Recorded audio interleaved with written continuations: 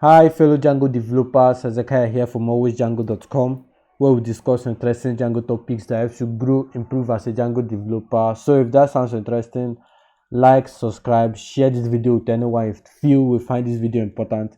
Let's get into it. So today we are going to discuss how to use a Django Debug Toolbar, right? So what is the Django Debug Toolbar? Django Debug Toolbar is simply a template, a package, right? A Django package that is used for debugging processes. All right. So let me say you want to know how fast your queries are running. You want to know the headers that are sent to your requests and the responses, the static files that are loaded in your templates, etc. Right. So you can use this Django debug toolbar for that. Right. So already opened here is the official documentation for the Django debug toolbar. Right, I'll leave a link to it in the description so that I can go and look at it, read up if you want, but I'm sure to walk you through the processes. Right, so first thing first, what do I have to do? We create a Django project. So I already have a Django project here. So but this Django project is like a project we were working on for our Django Absolute Beginner playlist. If you don't know about that playlist, I might also add a link. I'll actually add a link to it in the description so that I can go and check it out. And if you are looking to improve as a Django developer, that playlist is for you. Subscribe, like, and all the good stuffs. Comment. So the first things first, we install the Django toolbar on our project, right? So we copy this pip install Django debug toolbar, right? We'll go to our command line. I open my command line. My server is running here, so I close this. Open the command line. Let me zoom in. So open my command line right here. I say pip install Django debug toolbar, right? I press enter. So this will install our Django debug toolbar for us. So but right now it's saying request already satisfied. Why? Because I already installed this toolbar. I already installed this package on my project, on my system, right? So second step will be adding these, like there are requirements, like prerequisites for the Django debug toolbar to work.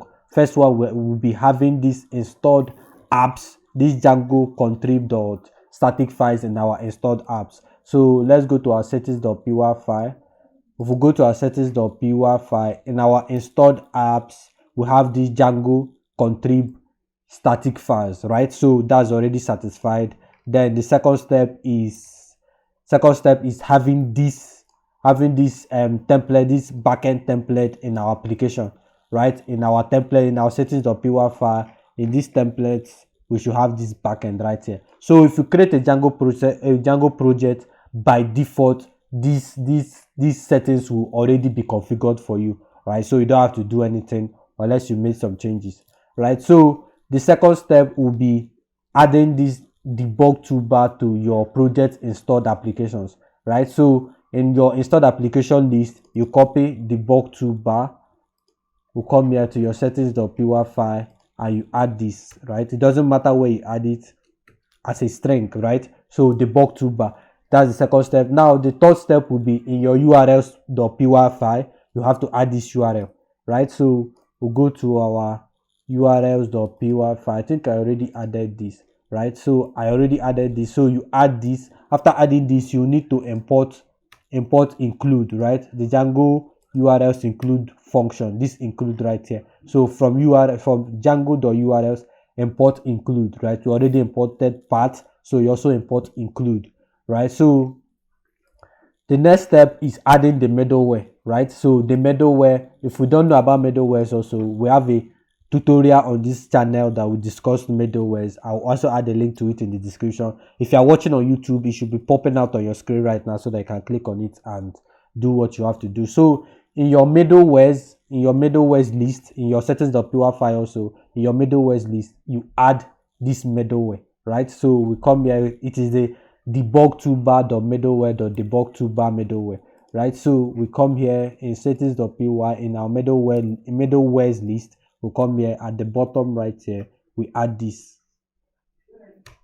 So we add this, right, as a string, right? So after adding this, debug toolbar should be used for testing, right? It should be used for development environment, it should not be used for production environment, right? So you need a way to tell the debug toolbar the URL, the domain host, or the URL path that it should appear in, right? So in this case, to tell it that, you go to your settings.py file, then you create this internal IPS, right? This internal IPS list, and you add the URLs you want to be included, you want this debug toolbar to show up in, right? So right now we copy this internal IPs, we go to our settings.py file, we come to the bottom here, so we add this, right? So what is this? This is just our local host, right? This is the host. So what we're saying here is that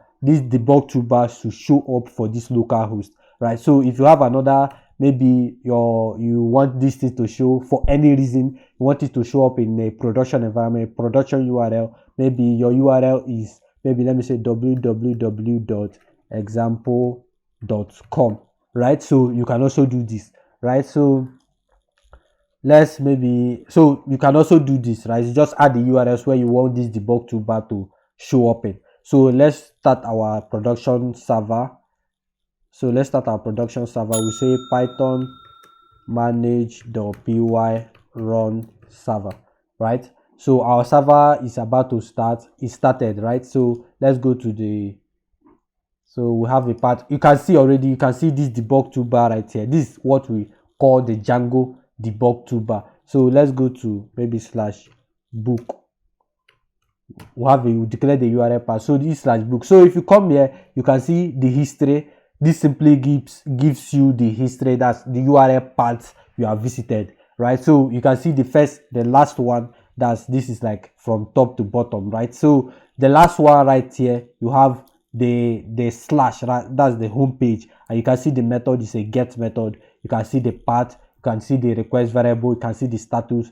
This one /book is a 200, okay, 404 not found, and actions, right? So version, the Django version you are using for this project, the total time it takes you to run this request, right? So you can see the total time right here is 58.96 milliseconds, right? So the settings that run for this URL, right? So obviously this is your settings.py file, the settings you have in your project. So the headers that run for your request, the request itself, the request cookies, the request informations, etc, right? So the SQL queries that run for this URL, maybe you have a SQL query before you call this URL, right? The static files that run, obviously now we don't have any static file. This is just default how our page will show. So the template, the name of the template, you can see here we have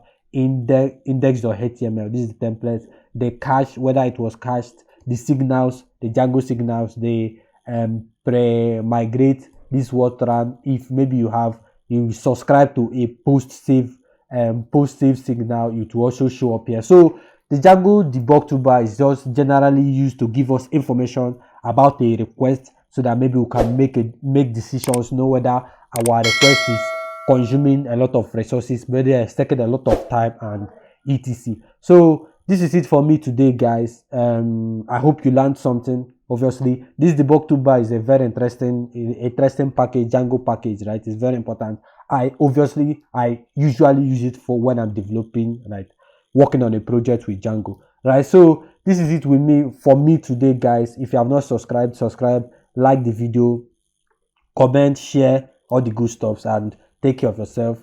Have a nice day. Peace.